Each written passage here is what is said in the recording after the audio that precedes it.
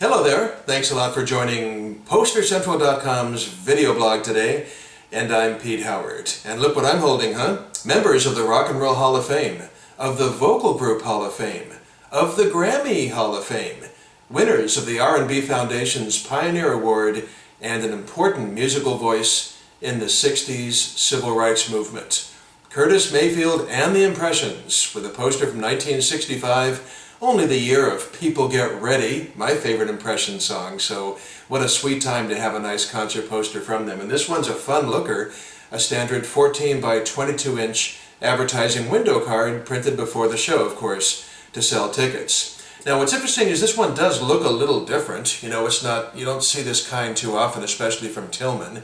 That I mentioned 14 by 22 inches. And Tillman Press was located in Oakland, California, but made posters pretty much for the entire West Coast, certainly from Northern California up into the Canadian border and even in Vancouver as well.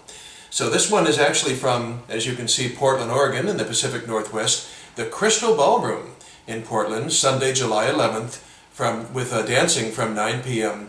until 1 a.m. And then even though this doesn't look like a typical Tillman, you do have their trademark split fountain effect sort of going on here, but it goes color A, B, and then back to A again. As you can see, it does go from orange to yellow, and then back to orange as the backdrop. So this being a tour blank, everything in the colored portion is just carried over from show to show for the whole show to show for the whole tour. And it's very simple, as you can see. It does say in person, the Fabulous Impressions. And has a really nice posed studio shot there, as you can see, of leader Curtis Mayfield on the left, a little separated out to show perhaps he's the leader. And then you've got Sam Gooden and Fred Cash, the other two Impressions. Now remember, Jerry Butler was a founding member of the Impressions, but he went on to a solo career in, 1960. And then I always love to talk about the song titles on a poster, getting a little bit closer for you here. As of the summer of 1965, when this was made, their two most recent top 10 pop hits are on the poster, and that's Amen and Keep On Pushin'. Boy, a couple of real winners. Amen, of course, from the movie Lilies of the Field, starring Sidney Poitier, which got a great exposure. Now, I was surprised to see Amen only did half as well on the R&B chart as it did on the pop chart, where it did much better. And then the first song listed in that group of 5 or 6 songs there, as you can see, is I've Been Trying. And interestingly now, that was the B-side to the aforementioned People Get Ready, a really important hit record. So why is the B-side on this poster and not the Mondo A-side? it's just such a total head-scratcher. I just don't know what goes into these decisions, but there you have it. No People Get Ready, but you do have its A-side. So the group's current hit single at this point, or I should say current 45 on the charts, not sure how much of a hit it was, but it was Meeting Over Yonder. And this poster represents it as Meetin' Up Yonder.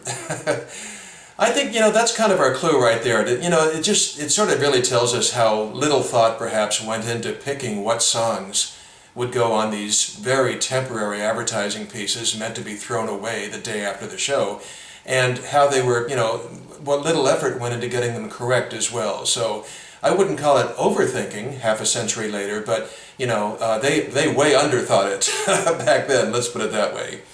And then the fifth and final song there in the grouping of songs is Woman's Got Soul. That was a top 10 R&B hit this spring, but the poster typesetters got lazy and saved themselves an apostrophe and an S and just put Woman Got Soul.